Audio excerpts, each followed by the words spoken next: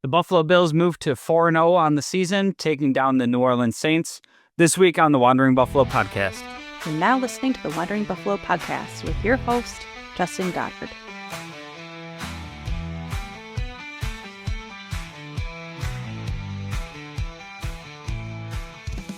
Bills Mafia, welcome into another episode of the Wandering Buffalo podcast, a show on the Buffalo Fanbase Podcast Network. My name is Justin, and I am your host as always. And this week we get to talk about another Bills win. And honestly, a lot to be able to take away from this game. Positives, negatives, all over the place. But I'm going to start out on the positive side because I've seen a ton of kind of negativity around this game of just kind of it being the Saints and should have been a bigger win, should have looked better. All this kind of commentary of kind of picking out things in isolation that we can be mad about. And this isn't to say, like, I think this team was perfect or this was a great win or, there's really nothing to criticize here. There's messy stuff all over this team. Don't get me wrong. But at the end of the day, it's a week where the offense scored over 30 again. Shout out Sean McDermott for kicking that field goal. I feel like he maybe low-key did that to keep the 30 streak going. I would say go for it in that situation and finish bleeding out the clock, but whatever. It's a 2-score win. The offense scores 30 again. The defense, while there was struggles, they were making some stops in this game. Cole Bishop with a huge one, right before the half. I'm sitting there thinking the Bills are going to go into the half losing to the Saints, and how not excited I was for that. And Cole Bishop comes up with one heck of a play to stop the Saints in the end zone, or right before the end zone. There's a lot of kind of positive things that we can glean from this game. Oh, not to mention the Bills get some help. The Colts lost. The Chargers lost to the Giants. When we want to complain about a 12-point win against the Saints, it's a hell of a lot better than a 3-point loss to the Giants. Bills are sitting all by themselves in the 1 seed in the AFC. We have, the Ravens, who I kind of figured would end up being our biggest competition for the 1 seed this year. In the battle of teams that I don't want to root for, they drop another one to Kansas City. In that game, they end up dealing with a Lamar Jackson injury. It looks like he's going to miss some time. So that whole division's going to kind of be a mess. From the whole big picture operation here, as we move into later parts of the season and we're starting to get ready for hopefully a nice playoff run, we're not going to be sitting here thinking about, man, I really wish we beat the Saints by 22 instead of 12. And at the end of the day,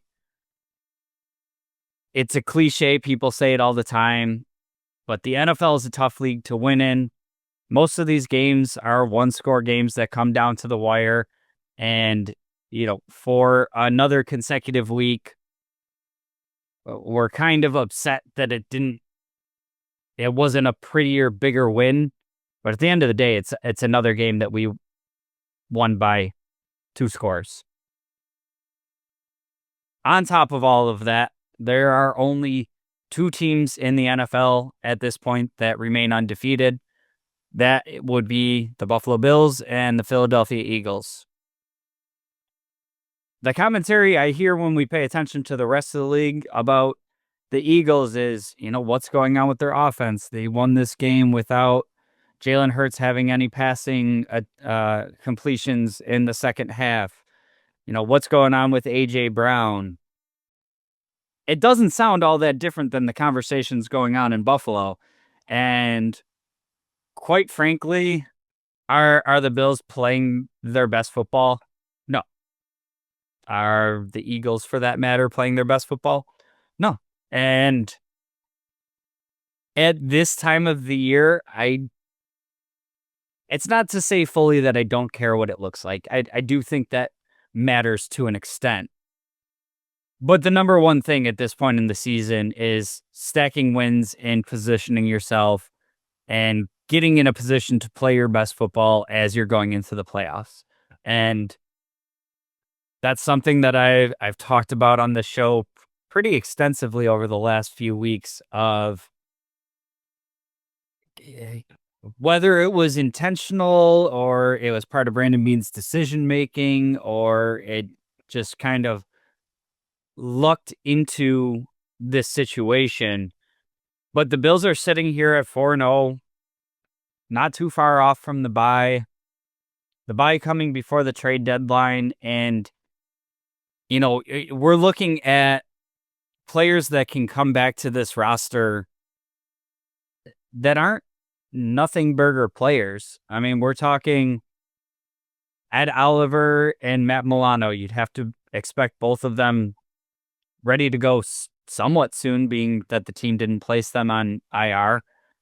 You're looking at Ogunjobi and Hoyt coming back from suspension. You're looking at hopefully Max Hairston being able to return at some point soon. You have all of this talent that you were expecting day one, on, and injuries come up throughout the season, all of that. I get that. But some of these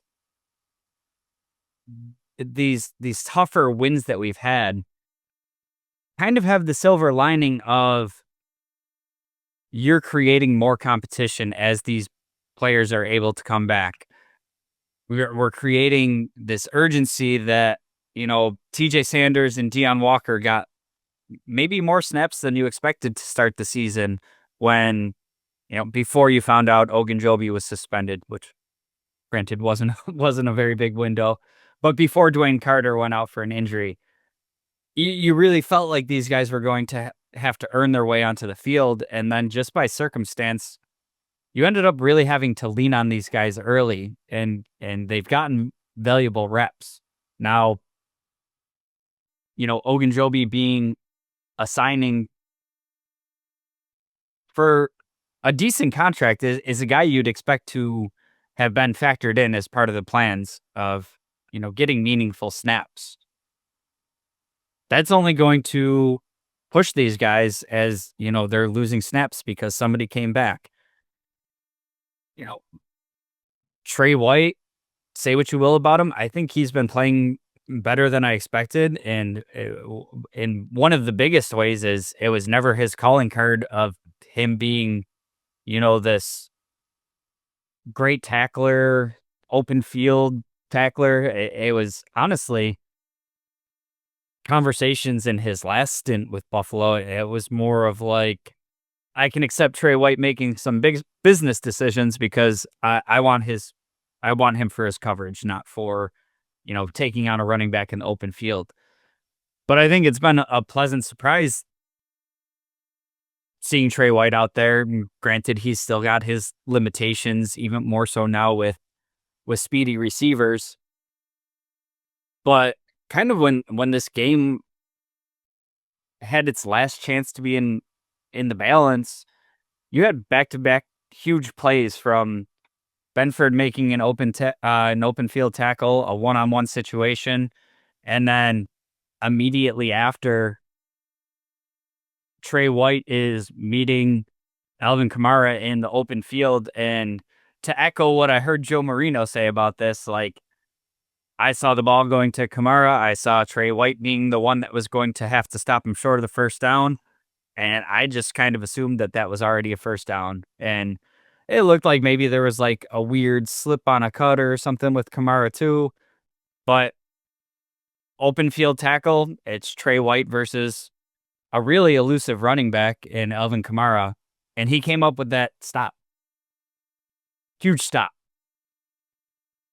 in this game, we also got some platooning with Dorian Strong. Now, I don't know if that was kind of a plan from the team to kind of see what we have in Dorian Strong as, some of these decisions are looming, get him snaps, kind of have him ready if we have to get into this depth. I don't know if it was kind of a benching situation of Trey White. I think they call it a soft benching these days. We don't really know, but we see Dorian Strong looking like he belongs in some of his snaps, but he's getting the reps. And kind of just this infusion of youth and blend of veteran talent of what we're expecting to have coming back over, we'll call it the next month or so, I think really has the opportunity to elevate this defense. And like I've said on previous episodes, from the beginning of the year, with how much youth we've had on this defense, how much change we've had in the coaching, the impacts that you're expecting rookies to make, we're kind of changing our philosophy. We're seeing more 3 linebacker sets. And from the offset of the season, I never really expected it to fully come together till, we're talking Thanksgiving range, and kind of falls in line with the idea of you want to be ramping up, you want to be playing your best football towards that tail end of the season. And I think the Bills are setting up really nicely to be in a position to play their best football come that time of year, but they're also doing it while handling their business to start the year. And going 4-0 thus far with all of the things going on, with how many things you can cite of, you want to talk about offense leaving points on the board. You want to talk about, bad complementary football. All of these things that usually kind of stack the deck against you. You're coming out with wins now. And honestly, these are my favorite kind of wins with a coach like Sean McDermott, where you can put the win in the column, but when they get into film following that game, they got a ton of stuff that they're going over. They have a lot of stuff that they didn't like. And you're getting film out there of things that you need to work on while being able to enjoy a win. If you're winning every game, 40-0, you got no adversity, I feel like it's a little bit harder to get calloused up and be ready for anything come playoff time. So I love having these games where, as much as it's fun to watch, a 30-point win, I like seeing these games that have a lot of coachable moments and you still get to get in the win column. Like I said, hopefully with all of this infusion of talent, the competition on this roster, we're only going to see the team get better. And I feel like I spent more time with the D tackles here, but I haven't even really talked about Michael Hoyt, who, preseason is what it is, but I thought throughout the full preseason, Michael Hoyt consistently looked like the best player on the field, at least defensively. And, we have Greg Rousseau not being super effective in pass rush. It's come out that he's been dealing with a bone bruise. AJ Epenesa's a little bit banged up. Joey Bosa's been playing really well, but you want to get that snap count down. One of my biggest disappointments in this game is we still haven't seen Landon Jackson get a jersey. That's becoming pretty concerning to me, knowing how little we're getting from Javon Solomon, knowing that Epenesa's banged up, that the coaching staff feels bad enough about where this guy is in his progression that he can't even give you enough to have Solomon take a seat, to get AJ Epinesa an extra week of rest. It's concerning, but, development's not linear, and maybe we get somewhere throughout the season and something clicks and we start seeing Landon Jackson make strides.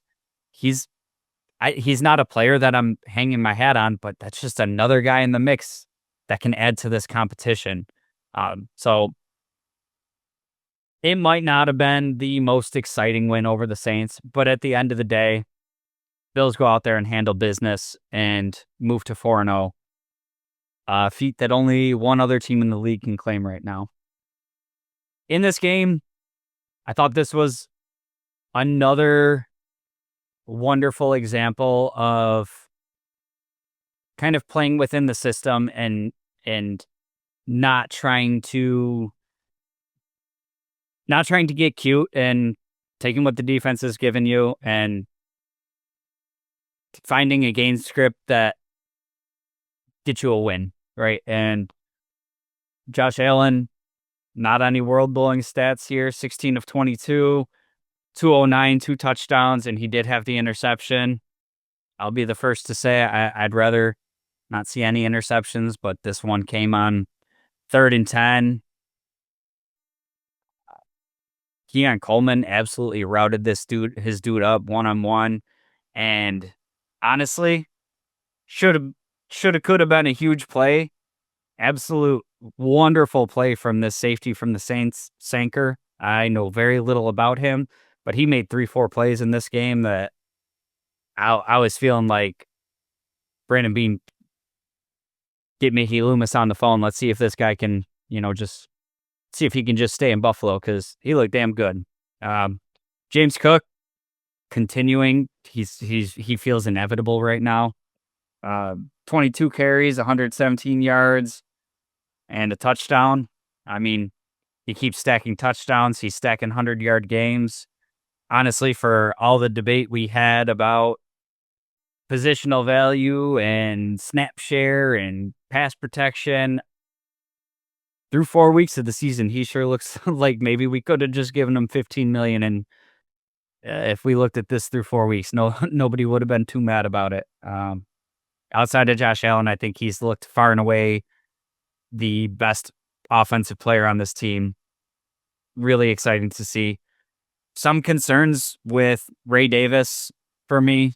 Not so much Ty Johnson. I think he's been about what we expected from Ty Johnson. I think maybe a little bit more flash, but last year. But I think that's kind of looking at it over the course of the season. I think that there was kind of down the stretch some ridiculous pass play reps for Ty Johnson that really elevates our thoughts of him. But I mean, he's a contributing third running back on the team. I don't have concerns there yet. Ray Davis, I don't know how much of it is this dropping weight in the offseason, trying to maybe change his running style a bit, but have not been impressed with Ray Davis thus far. And it's not like I'm over here selling my stock on Ray Davis. I think he maybe is just in a little bit of a slump, but looking, across the length of the season, I think we would love to have somebody we feel good about there that can take some of these snaps away from James Cook. Just from a mileage perspective, from a banged up perspective, I don't really. You have to win the games to get to the playoffs, but I sure would like a healthy, fresh James Cook come playoff time when he's looking like this. And, I don't need to see him get banged up because we don't trust anybody to run the ball 10 times to salt away a lead in the fourth quarter. So something to keep our eyes on there. I'm not going to go as far as to say maybe we should look at Frank Gore Jr., but even going back to preseason, Frank Gore Jr. was looking really stellar, kind of running behind the same backups as Ray Davis. And granted, he got more workload, but Ray Davis run behind the same offensive line didn't look too good, even going back to the preseason. Something to keep our eyes on as we move throughout the season. Khalil Shakir, His numbers won't really pop off the page to you and suggest that he did anything crazy. 5 catches on 5 targets for 69 yards, 43 of that coming on one catch. But that catch was an unbelievable touchdown. There's 3 different times on that play that I thought he was down, and even if he, got tackled on by the player that kind of tried to spin him down, still would have been an awesome catch, the catch and run that got us a first down. And he makes a couple more guys miss and ends up snapping for an awesome touchdown. Love to see that. Uh, Dalton Kincaid, very quiet overall in this game.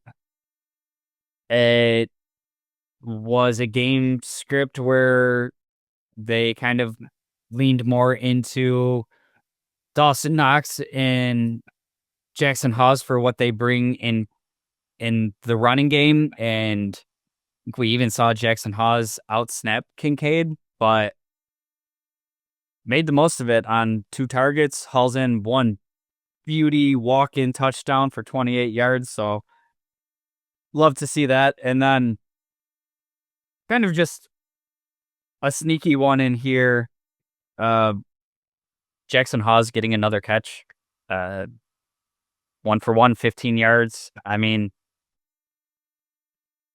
nothing spectacular, but for what he brings in the blocking game, to be able to continue to stack, these 1-2 meaningful catches a game in, kind of opportune moments. I love what that brings to the table of what you can do without your, jumbo tight end being an offensive lineman. One more player for the defense to have to think about, and, kind of being able to lull you to sleep all game with just punching you in the face in the blocking game, being, tremendous there, and then be able to leak out once in a while and, catch you sleeping that he's running routes too.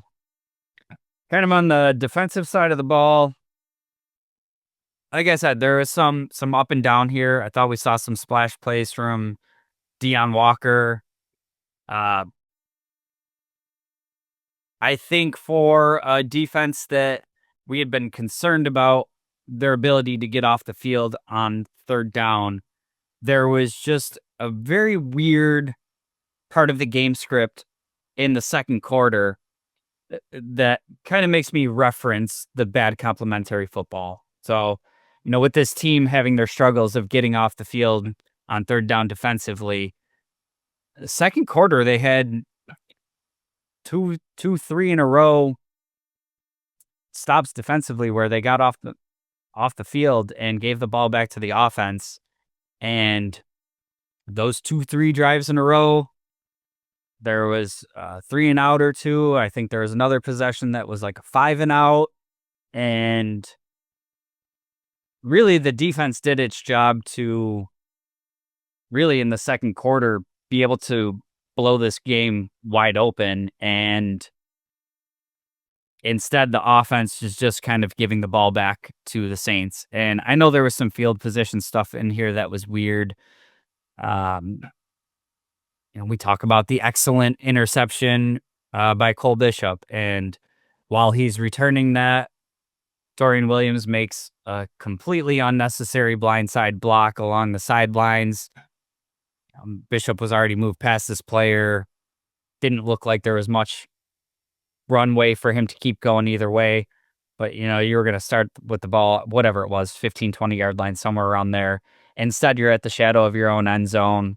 You take a couple more penalties, and you're giving the ball right back and not being able to do anything to really flip the field.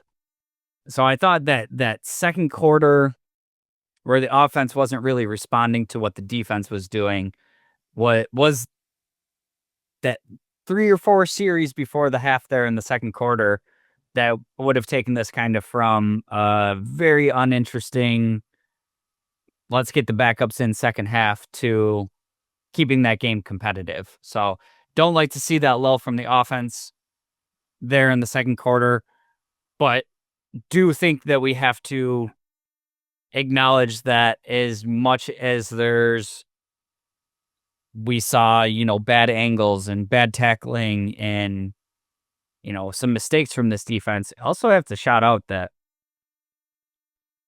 multiple consecutive drives, they did their job. They gave the ball back to the offense and then had to come right back on the field. So kind of some plus and minus there, but you're talking a team in the Saints that they were using the quarterback run. They were having success running the ball. If you're able to get 1-2 scores out of those stops from the defense, you're completely changing the script for the Saints, where they now have to be more one-dimensional and lean into the passing game. And now you have a guy like Joey Bosa that can pin his ears back. You can use these 5-man rushes and confuse a young quarterback. And I really felt like that second quarter took away from what the defense did that would have allowed the offense to really blow this game wide open. I want to give a special shout out to Hunter Cameron Johnston. Hate to see it happen.